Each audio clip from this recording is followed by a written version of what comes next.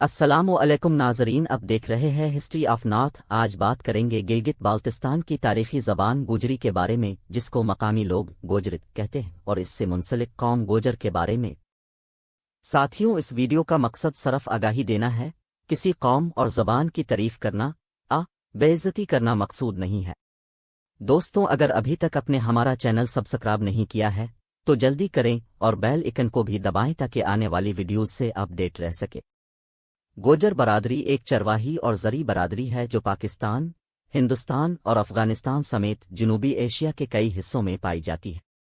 گوجر زبان، جسے گوجری بھی کہا جاتا ہے، ان خطوں میں گجر برادری کی بولی جانے والی زبان ہے۔ گلگت میں، جو پاکستان کے شمالی علاقے میں واقع ہے، گجر برادری کی ایک طویل تاریخ ہے۔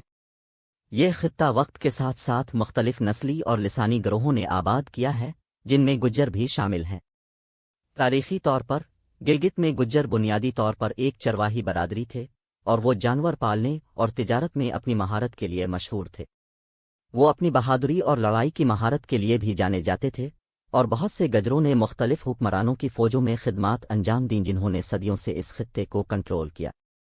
19ویں صدی میں اس خطے میں انگریزوں کی آمد کے ساتھ ہی گلگت میں گوجر قوم بھی نوآبادیاتی حکومت کے زیر اثر آ گئے۔ انگریزوں نے بنیادی ڈھانچے کی ترقی اور تجارتی راستوں کو کھولنے کی حوصلہ افزائی کی، جس سے خطے میں گجروں کو اپنی کاروباری سرگرمیوں کو بڑھانے اور ان کے معاشی حالات کو بہتر بنانے میں مدد ملی۔ 1947 میں تقسیم ہند کے بعد گلگت پاکستان کا حصہ بن گیا، اور گوجر برادری اس خطے میں ترقی کرتی رہی۔ آج گلگت میں گوجر قوم زراعت، مویشی پالنا اور تجارت سمیت وسیع پیمانے پر سرگرمیوں میں شامل ہیں۔ اس خطے میں گوجر زبان بھی بولی جاتی ہے، اور ساتھ ساتھ شینا زبان بھی، اور اس کمیونٹی کی زبان اور ثقافت کے فروغ اور تحفظ کے لیے کوششیں کی جا رہی ہیں۔ گلگت میں گوجروں کا ثقافتی ورثہ بہت زیادہ ہے، اور ان کی روایات اور رسومات نسل در نسل گزر رہی ہیں۔ وہ برادری کا مضبوط احساس رکھتے ہیں اور مہمانوں کی مہمان نوازی کے لیے جانے جاتے ہیں۔ مذہب کے لحاظ سے گلگت میں گوجر زیادہ تر سنی مسلمان ہیں، حالانکہ اس خطے میں ہندو اور سکھ گجر بھی ہیں۔ وہ عید جیسے مذہبی تہوار مناتے ہیں، اور ان کے اپنے ثقافتی تہوار بھی ہیں، جیسے کہ گجر میلہ، جو گلگت کے مختلف حصوں میں ہر سال منعقد ہوتا ہے۔ گوجر زبان شینا، ہندی، پنجابی اور اردو سمیت مختلف زبانوں کا مرکب ہے۔ اس زبان کی اپنی منفرد رسم الخط ہے، جو فارسی عربی رسم الخط پر مبنی ہے۔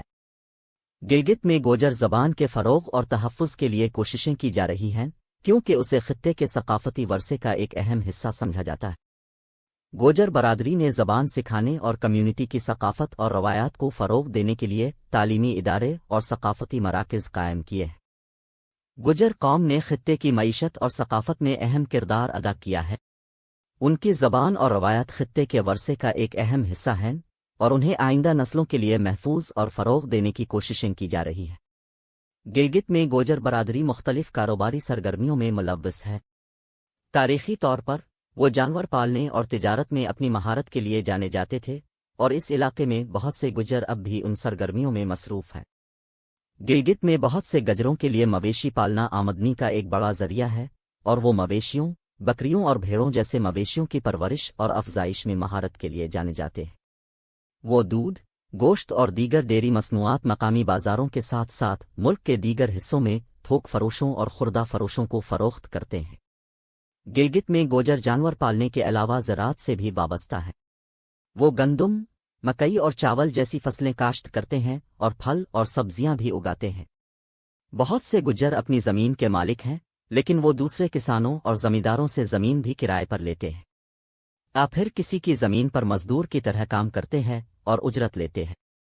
گجر قوم مختلف قسم کے سامان میں تجارت کرتے ہیں، بشمول زرعی مصنوعات، دستکاری اور گھریلو اشیاء۔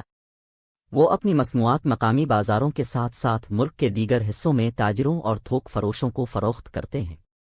حالیہ برسوں میں گلگت میں بہت سے گجروں نے بھی اپنے کاروبار شروع کیے ہیں، جیسے کہ چھوٹی دکانیں اور ریستوران۔ انہوں نے انٹرنیٹ اور ای کامرس کی طرف سے فراہم کردہ مواقع سے فائدہ اٹھاتے ہوئے دنیا بھر کے صارفین کو اپنی مصنوعات آن لائن فروخت کرنا شروع کر دیا ہے۔ مجموعی طور پر گلگت میں گجر برادری خطے کی معیشت کا ایک اہم حصہ ہے، اور ان کی کاروباری سرگرمیاں مقامی ذریعہ معاش کو برقرار رکھنے اور علاقے کی مجموعی اقتصادی ترقی میں اہم کردار ادا کرتی ہیں۔ مویشی پالنے، زراعت اور تجارت کی روایتی کاروباری سرگرمیوں کے علاوہ گلگت میں گوجر برادری نے دوسرے کاروباری شعبوں میں بھی قدم رکھا ہے۔ ایسا ہی ایک شعبہ سیاحت ہے۔ گلگت اپنی شاندار قدرتی خوبصورتی اور بھرپور ثقافتی ورثے کے لیے جانا جاتا ہے، اور اس خطے کے بہت سے گوجروں نے سیاحتی خدمات پیش کرنا شروع کر دی ہیں، جیسے کہ رہائش، نقل و حمل اور گائیڈڈ ٹورز کی فراہمی، ہیومن پورٹرز وغیرہ۔ انہوں نے علاقے میں گیسٹ ہاؤسز اور چھوٹے ہوٹلز قائم کیے ہیں، اور ایڈونچر سیاحتی سرگرمیاں جیسے کہ ہائکنگ، ٹریکنگ اور کوپیمائی کی پیشکش بھی شروع کر دی ہے۔ ایک اور شعبہ جہاں گلگت میں گوجروں نے نمایاں خدمات انجام دی ہیں وہ تعلیم کے میدان میں ہے۔ خطے میں بہت سے گجروں نے اسکول اور تعلیمی ادارے قائم کیے ہیں جو ہر شعبہ ہائے زندگی سے تعلق رکھنے والے طلباء کو تعلیم اور تربیت فراہم کر رہے ہیں۔